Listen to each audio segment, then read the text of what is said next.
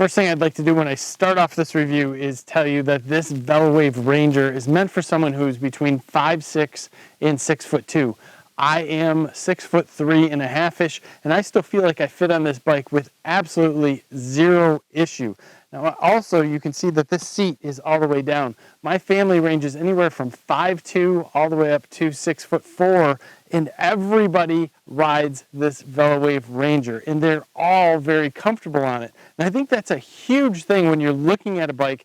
And some people are going to say this is an inexpensive bike at $1,400, and other people are going to say it's a very expensive bike at $1,400. But to me, knowing that my whole family is willing to just simply adjust the seat up and down and go for a ride. I mean, it adjusts a long way up. That's about its max. I run it right here, and they're happy, hunky-dory. Now, there are some things that are kind of weird quirks about this bike. I'm going to go through them top to bottom. Stay tuned.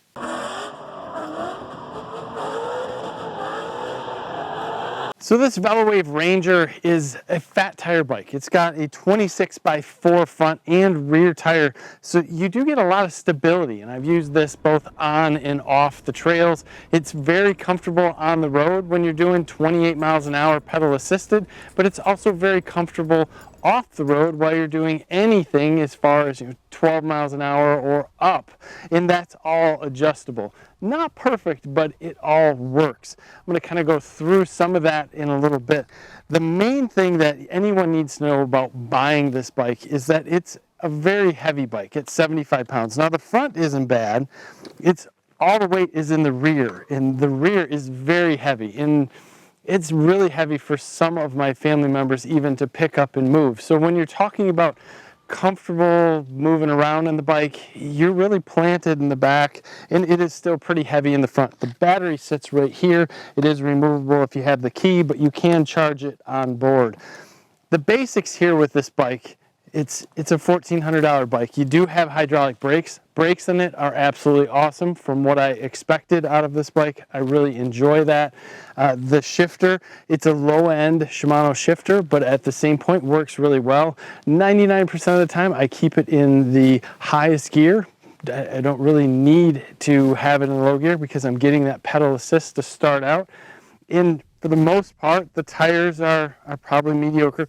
Most everything on here is going to be low end for the average biker, and it's not like it's bad. It's all acceptable, but if it's things that you're really picky on, or if you're an enthusiast, you might find that this is going to be a little bit more of the low end stuff, which is going to be very common in this price range. And if you went to look at a specialized hard rock or anything like that, you're going to find the same types of components.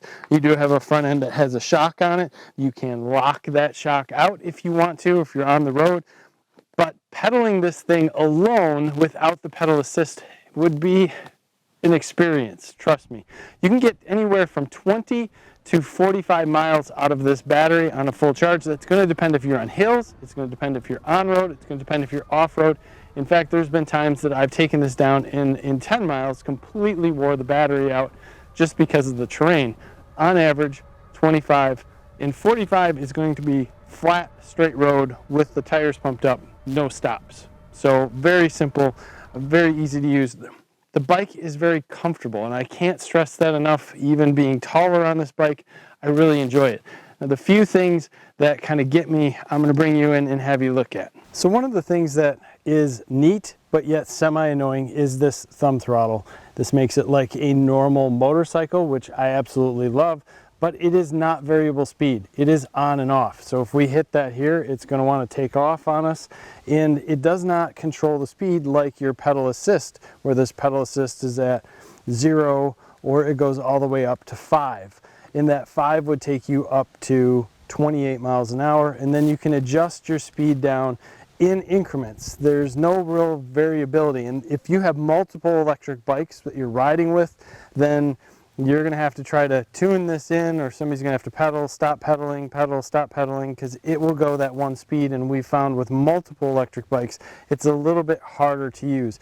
This is a full color screen. It works great. Polarized sunglasses make it harder to see, but the screen is actually good in the sunlight.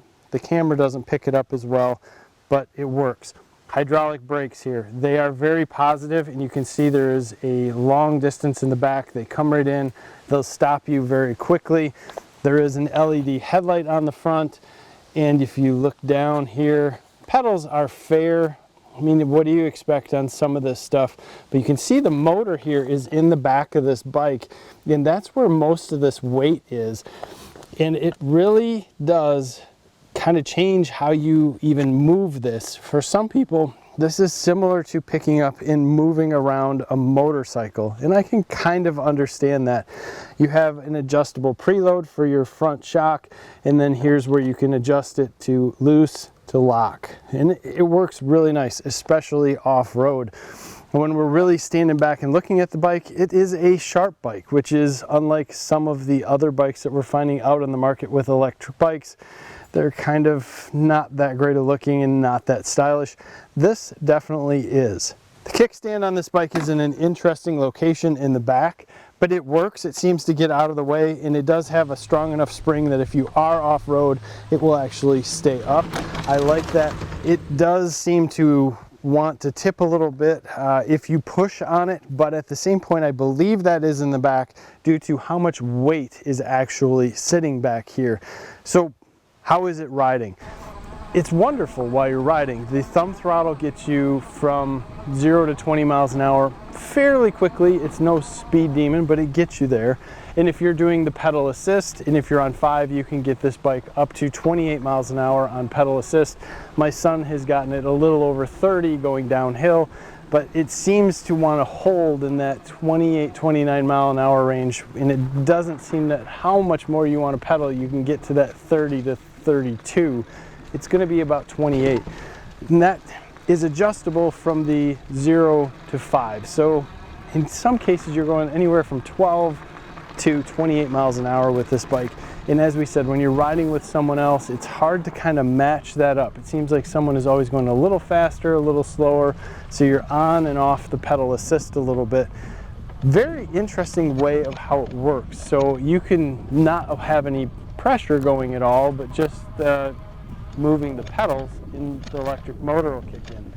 And that'll come into play when you're doing 28 miles an hour down the road. You don't have to actually be pedaling, you just have to be moving those pedals a little bit, and this will actually take off and do the 28 miles an hour. Which, why not put a variable speed throttle on this guy and then allow me to do whatever I'd like from 0 to 28. There has to be some sort of rule out there about that they won't let that happen.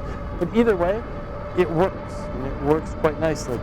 Things that some people might find is you're in an aggressive stance while you're on this bike. So the seat is just a touch high for me at this point, maybe, but you're leaned forward. You could easily and cheaply put an adjustable stem on here to raise this up to get you in a little bit more forward or straight up position, not so forward. Things that I kind of like are the larger seat that helps during long periods of riding. If you're a guy who likes the really small seats, or a girl, then you can switch that over. You know, everything on here is pretty much tunable, adjustable, and replaceable for whatever you'd like to put on it. As I said, the front shock works great. It's fun and a blast to ride off-road, and the wider tires really help out with that. It's easy to get on and off of, and it'll charge up fairly quickly. One of the things that you might want to think about while you're using this is not keeping it fully charged all the time and only charging it up, you know, to 50-60% if you're going to store it for long periods of time. Other than that, awesome bike. Leave your questions below. I'd be happy to answer anything else. It's a blast to use. Thank you for your time. Leave your comments below. Give us a like in this video and subscribe to the channel if you haven't already. Have a great day.